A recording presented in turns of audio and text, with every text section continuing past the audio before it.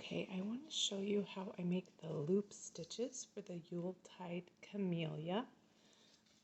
I'm making them in the round and I'm working the loop stitches into the third loop. Now I'm not turning on this round, so that means that I'm working behind my front loop and back loop into these third loops. Okay, so hopefully you can see that.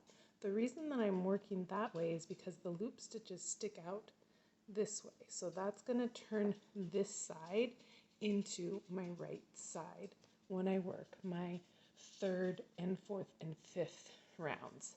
But for now, I'm going to skip working into the front loops and back loop and work right into that third loop. So it's kind of like I'm working behind my work, okay? So to do the loop stitches, I've started with a chain one, and then I'm going to loop the yarn over my index finger, insert my hook into that third loop, and with the yarn looped over my index finger, I'm going to pull it through, and then I'm going to finish up like a single crochet, yarn over and pull through those two stitches.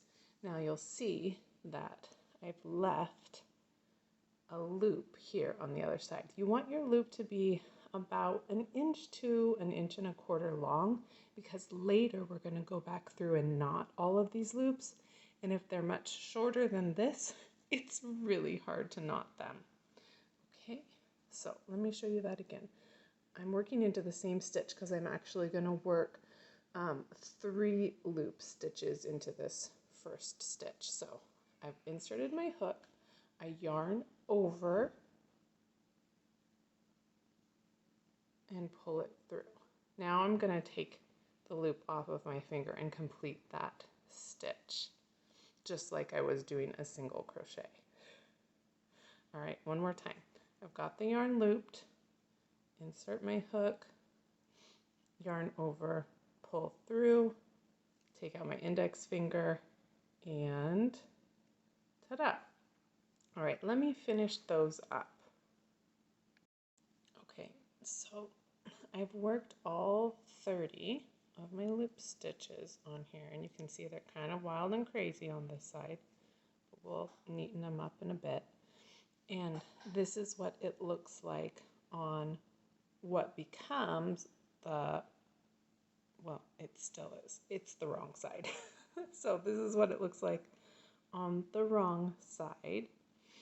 And I am just gonna finish off this because I'm done with this color yarn now. So I will go ahead and slip stitch that, and I'll cut my yarn later. But now you'll see what it looks like on the right side. I've got all these crazy loops over here, and you can wait and do this at the end, or you can do it now, and you'll want to turn these loops into knots. So I found it's easier if you get a little bit smaller hook to do this part. So let me go grab a smaller hook and then I'll show you what to do. Okay, I've got a 2mm hook here. You don't have to go that small. I was able to do it for some of my other samples with a 3mm hook. So you want to take an individual loop and you're going to act like you're going to knot it. Now, if your loops are long enough, you can just use your fingers. If they're only about 1 inch to 1.25 inches, you'll probably want to use the hook. So what I do is I pull it over like I'm going to make a knot, and then I stick my hook in and I grab the end of that loop. Can I do it? Yes, I can. I can do this. And then I pull that through, and then I've got a knot there. Okay, so let me show you again. So I loop it over like I'm going to make a knot, but it's a little short to do that. So I insert my hook, grab the end of that loop, and then pull it through to create a knot. Okay. And yes, this is time consuming, but I swear it's worth it because it makes a gorgeous flower center. All right, and so you're just going to keep doing this all the way around. And like I said, you can wait until the end and do it, or you can do it now at this point. And then eventually it's going to look like that. These loops, you can tell, are a lot shorter. And I gotta tell you, they were hard to turn into knots. So I definitely recommend getting your loops at least 1 inch to 1.25 inches, 1 1/8 inches.